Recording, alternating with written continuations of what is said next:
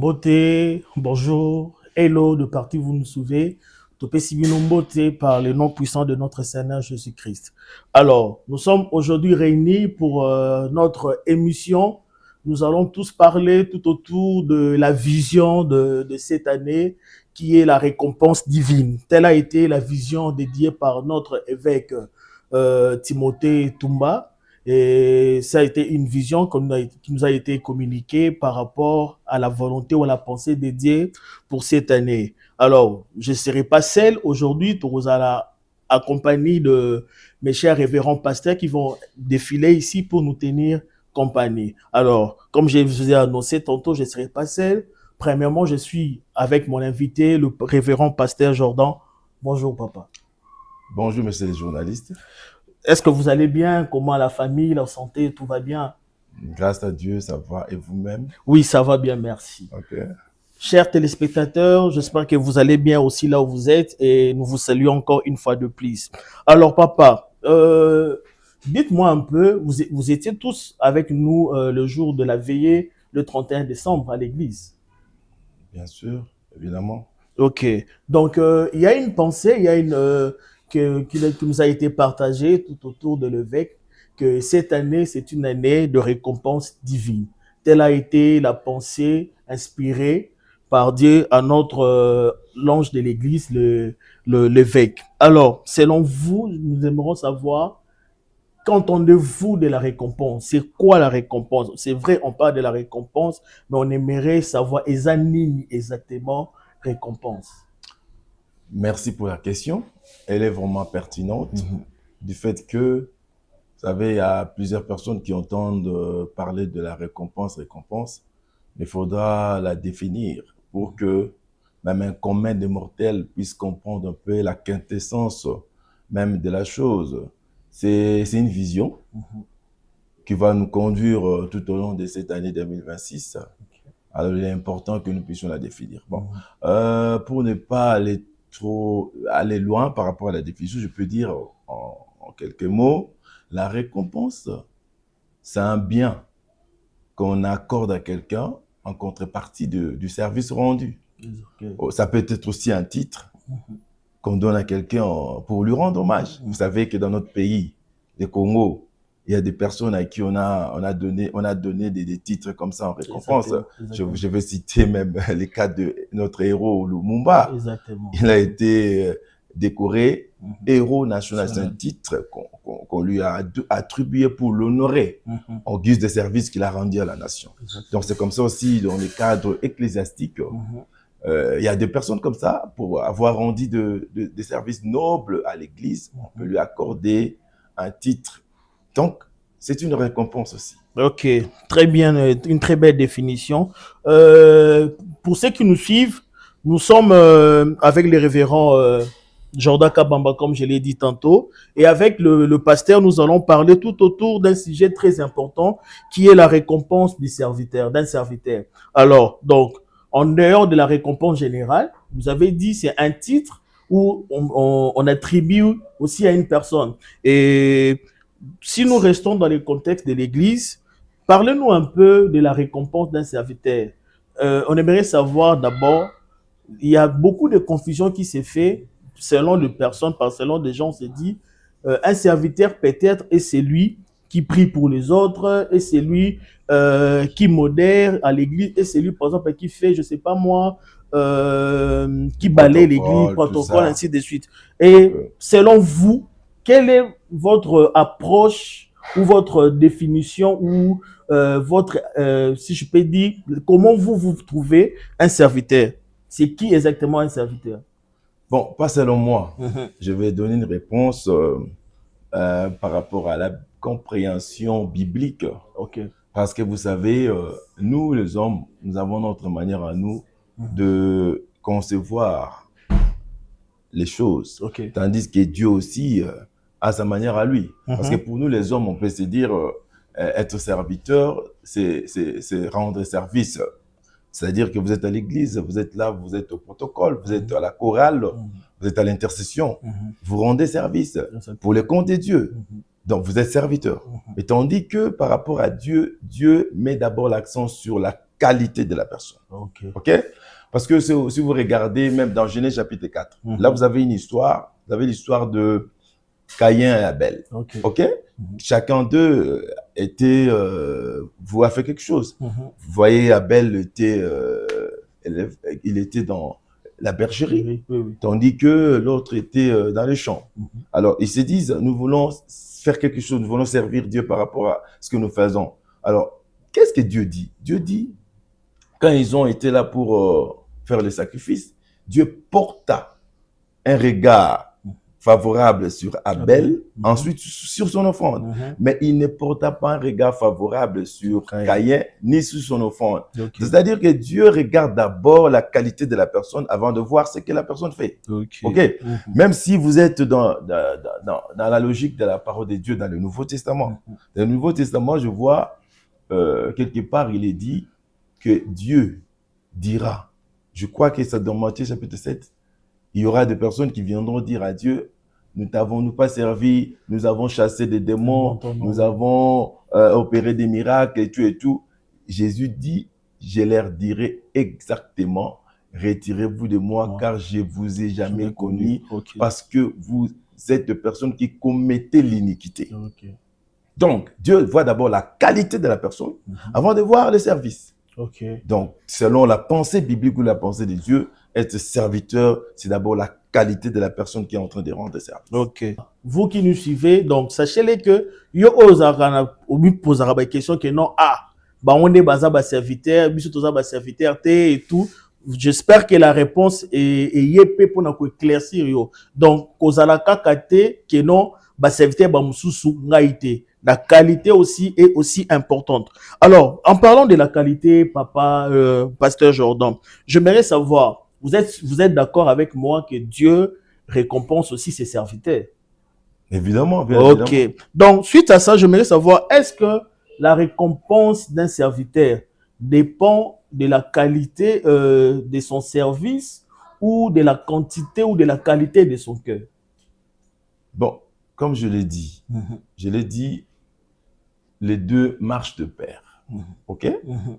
D'abord, vous devez avoir un cœur favorable, un cœur dont le Seigneur est favorable. Parce que même dans la prière, qu'est-ce que la Bible dit?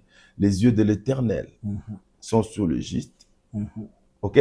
Exactement. Et puis ensuite, ses oreilles sont attentives à leur prière. Exactement. Parce que c'est ce que nous... Il y a beaucoup de personnes qui se trompent à ces sujets. Si vous êtes une personne que le Seigneur n'a pas encore agréée par rapport à son état, mais votre prière ne sera pas agréée par Dieu. Donc, c'est de même aussi par rapport au service. Si vous voulez servir le Dieu qui a créé les cieux et la terre, notre Seigneur, vous devez d'abord avoir la qualité de cœur qui est requue. Parce que sinon, vous risquerez de faire des choses que Dieu n'agrée pas. Je venais de le dire tantôt ici, que plusieurs viendront et diront, nous avons prophétisé, nous avons opéré des miracles, nous avons guéri. C'est une façon aussi de servir. Et puis, en plus, ils le font au nom de Jésus. Et puis, il y a de preuves. C'est-à-dire, les gens sont guéris, il y a des miracles qui sont opérés. Mais le Seigneur dit, cela ne suffit pas. Vous ne devez pas commettre l'iniquité. Donc, si vous voulez être agréable à Dieu, au-delà du service que vous allez lui rendre, vous devez avoir un cœur qui plaise à Dieu. OK. Donc, comme nous avons dit, cette année, c'est une année de récompense. Et parmi les conditions principales pour être aussi récompensé en tant que serviteur de Dieu, d'abord, il faut bien traiter d'abord son cœur aussi. Il faut que Ozanamote Mamoko disponible, un cœur vraiment qui correspond aussi à la volonté de Dieu, un cœur qui te permet d'être aussi serviable pour les autres et pour aussi être éligible par rapport à la récompense de Dieu aussi. Alors, papa, pour finir, j'aimerais savoir, y a-t-il de versets bibliques, par exemple, qui nous illustrent les types de récompenses que Dieu donne à ses serviteurs? Oui, d'abord, ce que nous devons savoir est que cette récompense, elle n'est pas humaine. Exactement. Elle est divine. Amen. OK? Alors, la récompense qui vient de Dieu, pour l'avoir, nous devons d'abord savoir qu'il y a une récompense. Vous savez, j'aime l'apôtre Pierre. Quand vous êtes dans le livre de Matthieu, chapitre 19, dans sa partie, à partir de verset jusqu'à 30, vous allez voir que l'apôtre Pierre pose une question à Jésus. Il dit, nous avons tout quitté à cause de toi. Nous t'avons suivi. L'apôtre Pierre, c'était quelqu'un qui était un pécheur. Un pécheur, exactement. Reconnu. Et avec son travail, il faisait nourrir sa famille. OK? Donc, avec son travail, il pouvait résoudre ses problèmes familiaux plutôt. Alors, il quitte tout ça, il suit Jésus. En le suivant, moi je pense que après avoir tout abandonné, vous suivez Jésus, vous devez quand même être sûr de là où vous allez. Parce que vous avez abandonné des choses pour lui. Alors, il lui pose la question. Nous qui avons tout abandonné et t'avons suivi, qu'est-ce que nous aurons? Et Jésus lui répond en disant, tout celui qui a tout abandonné à cause de moi recevra au centuple dans ce siècle présent et la vie éternelle dans le futur. OK? J'aime plutôt Marc chapitre 10, 30. Là, il est bien élucidé. Là-bas, il est dit, vous recevrez au centuple avec des tribulations et ensuite la vie éternelle. OK? Donc, c'est ce que nous, en tant que serviteurs de Dieu, devons savoir. Quand vous servez Dieu, vous avez les centuples qui vous attendent. Cette connaissance-là, elle est importante. Vous devez savoir que Dieu récompense ses serviteurs. Cela a une importance parce que ça vous motive. Vous savez, les gens qui ont fait le management savent la performance dépend d'une bonne motivation. Exactement. OK? Si vous êtes bien motivé, vous donnez le meilleur de vous-même. Donc, c'est comme ça même le Dieu. Savoir qu'il y a une récompense de la part de l'Éternel, cela vous motive en tant que serviteur de Dieu. Sinon, vous allez aller comme ça, tout en ne sachant pas qu'est-ce qui vous attend après avoir servi Dieu. OK?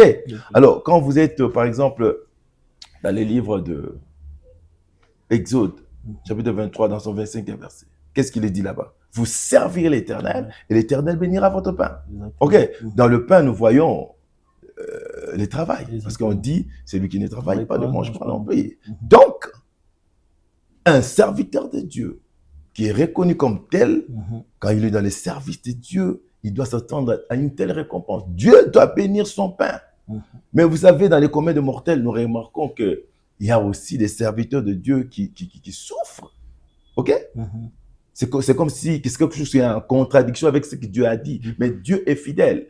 Quand vous êtes dans 2 Rois chapitre 4, vous voyez l'histoire là, de cette femme-là qui était la femme d'un des prophètes. Exactement. Alors, le prophète est mort, il a laissé des dettes. Et cette femme-là, qu'est-ce qu'elle fait? Elle vient auprès d'Élisée pour revendiquer. Vous savez, lorsque vous êtes un serviteur de Dieu, que vous remarquez que dans votre vie, vous n'êtes pas récompensé comme tel, vous devez revendiquer. Le fait de connaître, de savoir qu'il y a une récompense, c'est une chose, mais il faut aussi revendiquer. Parce que si vous ne revendiquez pas, vous risquez de rester comme ça. J'ai aimé cette femme, parce que cette femme-là savait qu'il y a une récompense pour les serviteurs de Dieu. Mais il voit son mari mourir et laisser des dettes. Elle dit non, ça ne doit pas être comme ça, parce que Dieu ne ment jamais, Dieu est fidèle. Vous savez, Dieu dit, j'ai puni l'iniquité du père au fils jusqu'à la 3e et à la 4e génération. Mais je bénis celui qui a été fidèle jusqu'à 1000e génération. OK?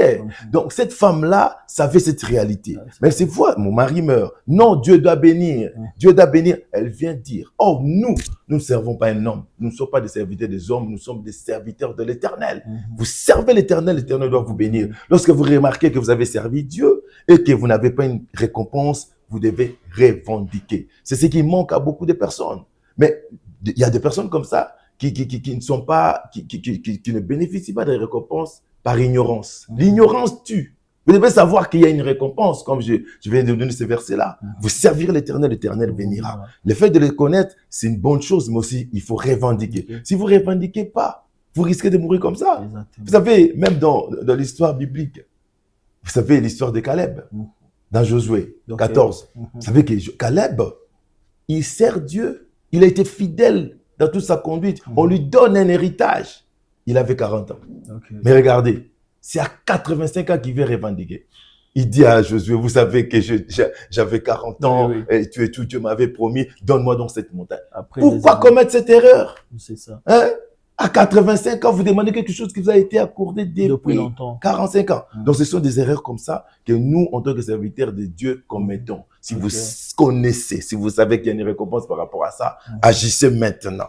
Comme cette année, c'est une année de récompense, moi, je pense que tout celui qui se reconnaît comme tel, en tant que serviteur de Dieu, doit revendiquer ses droits. C'est une année où Dieu veut récompenser les actions passées, présentes et futures. Amen. Si vous avez servi Dieu, quelle que soit la manière dont vous lui avez servi, il est temps d'en profiter. Parce que la parole de Dieu de cette année ne va jamais retourner vers l'Éternel sans avoir accompli ses effets dans la vie de ses serviteurs. Amen. Cette année, c'est une année où tout celui qui a servi Dieu doit être récompensé. Amen.